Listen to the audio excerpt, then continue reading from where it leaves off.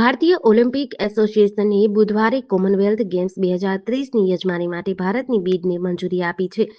આ મંજૂરી special general મીટિંગમાં આપવામાં આવી હતી. ભારતે માર્ચમાં આ ઇવેન્ટનું આયોજન કરવા માટે એક્સપ્રેશન ઓફ ઇન્ટરેસ્ટ સમિટનું આયોજન કર્યું હતું. હવે ભારતે 31 ઓગસ્ટ સુધીમાં ફાઇનલ બિડિંગ પ્રસ્તાવ સબમિટ કરવાનો રહેશે. કેનેડાએ પોતાનું નામ પાછું ખેંચી લેતા ભારતની આ ઇવેન્ટનું આયોજન કરવાની શક્યતા વધી ગઈ છે. થોડા દિવસ પહેલા કોમનવેલ્થ ગેમ્સની એક ટીમે અમદાવાદની મુલાકાત લીધી હતી, જેમાં ગેમ્સ ડિરેક્ટર ડેરેન હોલ પણ સામેલ હતા. આ મહિનાના અંતમાં વધુ એક કોમનવેલ્થ ગેમ્સનું પ્રતિનિધિ મંડળ અમદાવાદની મુલાકાત લઈ શકે છે.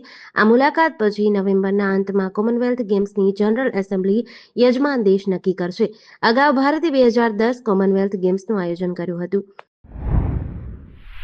ઉત્તરાખંડમાં ભારે વરસાદ ચાલુ છે. અહીંના 11 જિલ્લામાં પૂર અને ભૂસ્ખલનનો ભય છે. 5 ઓગસ્ટથી પૂરમાં સમાયેલા ધરાલીમાં ગ્રાઉન્ડ પેનિટ્રેટિંગ રડારની મદદથી લગભગ 3 મીટરની ઊંડાઈના 20 સ્થળોએ માનવની હાજરી હોવા બાબતે શોધખોળ કરવામાં આવી રહી છે.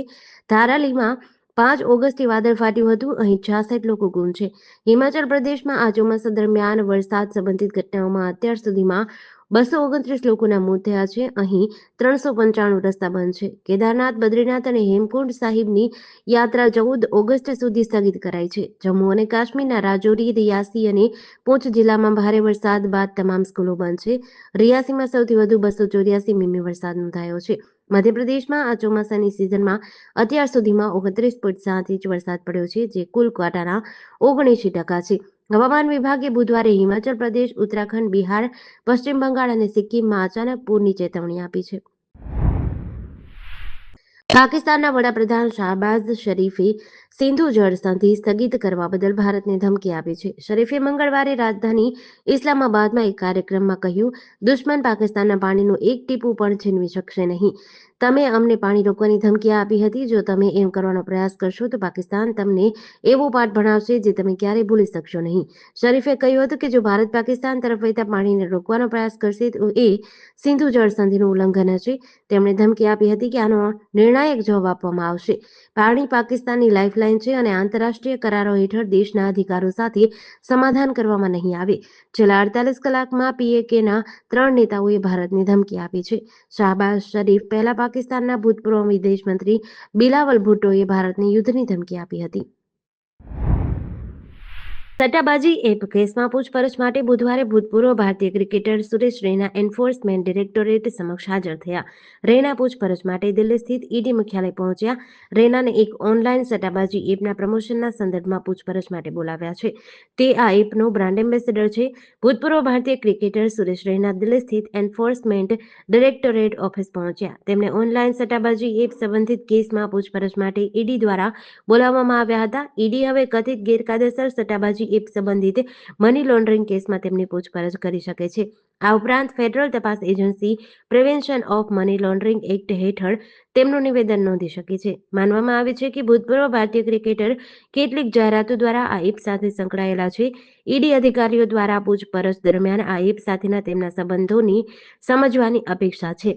તમને જણાવી દઈએ કે એજન્સી ગેરકાયદેસર સટ્ટાબાજી એપ્લિકેશનો સંબંધિત ઘણા કેસોની તપાસ કરી રહી છે. સુરત શહેરમાં ગુનાખોરીનો ગ્રાફ સતત વધી રહ્યો છે. ત્યારે એક કિસ્સો શહેરના પાલ વિસ્તારમાં સામે આવ્યો છે, જ્યાં એક યુવક અને યુવતીએ પોતાને ક્રાઇમ બ્રાન્ચના અધિકારી ગણાવીને રાહદારીઓ પાસેથી તોડ કરવાનું શરૂ કર્યું હતું. આ બંને આરોપીઓ રાત્રિના સમયે રોડ પર પસાર થતા લોકોને રોકી તેમની પાસેથી લાયસન્સ અને અન્ય ડોક્યુમેન્ટ માંગતા હતા. જો કોઈ ડોક્યુમેન્ટ ન બતાવે તો તેમને પોલીસ સ્ટેશન લઈ જવાની ધમકી આપીને પૈસા પડાવતા હતા. જોકે એક ભોગ બનનાર યુવકની સતર્કતાને કારણે આ બંને આરોપીઓનો પર્દાફાશ થયો છે અને પોલીસે તેમની ધરપકડ કરી છે. પોલીસે તાત્કાલિક કાર્યવાહી કરીને ફેનિલ નિલેશભાઈ પટેલ અને ફુલસુમ બાનુ સોયલ ઇટવાલાની ધરપકડ કરી છે. વડાપ્રધાન નરેન્દ્ર મોદી આવતા મહિને અમેરિકાની મુલાકાત લઈ શકે છે. તેઓ સંયુક્ત રાષ્ટ્ર મહાસભાની વાર્ષિક બેઠકમાં હાજરી આપી શકે છે. ઇન્ડિયન એક્સપ્રેસના અહેવાલ મુજબ મોદીની મુલાકાત સપ્ટેમ્બરના છેલ્લા અઠવાડિયામાં થઈ શકે છે. રિપોર્ટમાં કહેવામાં આવ્યું છે કે આ મુલાકાતનો વાસ્તવિક હેતુ યુએસ રાષ્ટ્રપતિ ડોનાલ્ડ ટ્રમ્પને મળવાનો અને વેપાર ટેરિફ સંબંધિત વિવાદોનો ઉકેલ લાવવાનો છે. આ દરમિયાન બંને નેતા વેપાર સોદાની જાહેરાત કરી શકે છે. યુએનજીએમાં મોદીનું ભાષણ 26 સપ્ટેમ્બરે થવાનું છે. આ સમયગાળા દરમિયાન મોદી ટ્રમ્પ અને અન્ય નેતાઓ સાથે દ્વિપક્ષીય બેઠકો કરી શકે છે. યુક્રેનિયન રાષ્ટ્રપતિ ઝેલેન્સ્કીએ પણ કહ્યું કે તેઓ સપ્ટેમ્બરમાં યુએનજીએ દરમિયાન મોદીને મળી શકે છે. મોદી અગાઉ ફેબ્રુઆરી 2025માં અમેરિકા ગયા હતા. આ દરમિયાન તેઓ વ્હાઇટ હાઉસમાં ટ્રમ્પને મળ્યા હતા. ડ્રગ્સના કાળા કારોબારનો કિલ્લો બનાવીને બેઠેલા ડ્રગ્સ માફિયા શિવા ઝાલા પર આખરે કાયદાનો હથોડો ઝીકાશે. એક તરફ સ્પેશિયલ ઓપરેશન ગ્રુપે તેના ગેરકાયદે ડ્રગ્સના સામ્રાજ્યનો પર્દાફાશ કર્યો છે, તો બીજી તરફ તેના ગેરકાયદેસર મકાનને તોડી પાડવાની કાર્યવાહી શરૂ કરાઈ છે.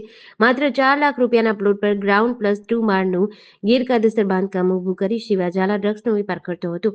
હવે આ ડ્રગ્સના આડાને 7 દિવસમાં તોડી પાડવા નોટિસ ફટકારી છે. જો તે આ કાર્યવાહી નહીં કરે તો સુરત મ્યુનિસિપલ કોર્પોરેશનની ટીમ પોલીસની મદદથી ડિમોલિશ કરશે. શિવા ઝાલા દર મહિને મુંબઈથી 1 થી 2 કિલો એમડી ડ્રગ્સ મંગાવીને સુરતના સ્થાનિક પેડલર્સને સપ્લાય કરતો હતો. શિવા ઝાલાના ગુનાહિત ઇતિહાસની તપાસ કરતા જાણવા મળ્યું છે કે વર્ષ 2017માં તેની મુલાકાત ડ્રગ્સ સપ્લાયર વિનોદ વર્મા સાથે વડોદરાની જેલમાં થઈ હતી. જેલમાં બનેલી આ ઓળખાણ ડ્રગ્સનો એક મોટા નેટવર્કમાં ફેરાઈ, ત્યાંથી તેઓ મુંબઈમાં નિયમિત રીતે મળતા અને ડ્રગ્સનો મોટો જથ્થો સુરત પહોંચાડતા હતા. બનાસકાંઠા જિલ્લાના દાંતીવાડા તાલુકામાં પાંથાવાડા ગુંદરી હાઈવે પર 2 ટ્રેલર વચ્ચે સામસામે ટક્કર થતા ગંભીર અકસ્માત સર્જાયો છે, જેમાં એક વ્યક્તિનું મોત થયું છે જ્યારે એક વ્યક્તિ ઘાયલ થયો છે. અકસ્માત એટલો ભયજનક હતો કે ટ્રેલરમાં બેઠેલા વ્યક્તિઓના મૃતદેહ વાહનમાં ફસાઈ ગયા હતા. અકસ્માતને પગલે હાઈવે પર ટ્રાફિક જામની સ્થિતિ સર્જાઈ હતી. ઘટનાની જાણ થતાં પાંથાવાડા પોલીસ તાત્કાલિક પહોંચી હતી અને રાહત અને બચાવની કામગીરી શરૂ કરી પોલીસે અકસ્માતનો ગુનો નોંધી વધુ તપાસ હાથ ધરી છે.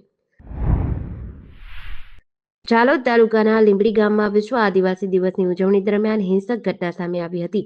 9 ઓગસ્ટના રોજ યોજાયેલી રેલી વખતે 2 જૂથો વચ્ચે બોલાચાલી થઈ હતી. આ બોલાચાલીએ ઉગ્ર સ્વરૂપ ધારણ કર્યું અને મારામારીમાં પરિણમી હતી. લીંબડી બસ સ્ટેશન નજીક બનેલી ઘટનામાં રૂપાખેડાના સંજયભાઈ મસુલભાઈ ડગિયા ગંભીર રીતે ઘવાયા હતા. કેટલાક લોકોએ લાકડીઓ વડે તેમના પર હુમલો કર્યો હતો. ઇજાગ્રસ્ત યુવકને તાત્કાલિક સારવાર માટે હોસ્પિટલ ખસેડાયો હતો. ઘટનાનો વિડીયો સોશિયલ મીડિયા પર વાયરલ થયા બાદ પોલીસ તંત્ર સક્રિય થયું હતું. ઇજાગ્રસ્ત સંજયની ફરિયાદના આધારે પોલીસે તપાસ શરૂ કરી હતી. તકનીકી સાધનો અને બાતમીદારોની મદદથી પોલીસે 2 સગીર વય ધરાવતા આરોપીઓ સહિત કુલ 3 વ્યક્તિઓની ધરપકડ કરી છે.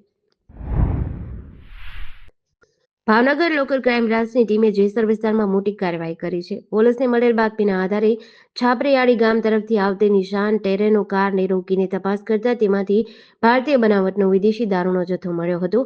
આ બનાવ અંગે એલસીબી કચેરી ખાતેથી મળતી વિગત અનુસાર પાલિતાણા ડિવિઝન વિસ્તારમાં પેટ્રોલિંગમાં હતા તે દરમિયાન જેસર ખાતે આવતા બાતમી મળેલ કે છાપરીયાળી ગામ તરફથી એક નિશાન ટેરેનો 4 વ્હીલ ગાડી જેસર ખાતે આવનાર છે અને તેમાં વિદેશી દારૂનો જથ્થો છે.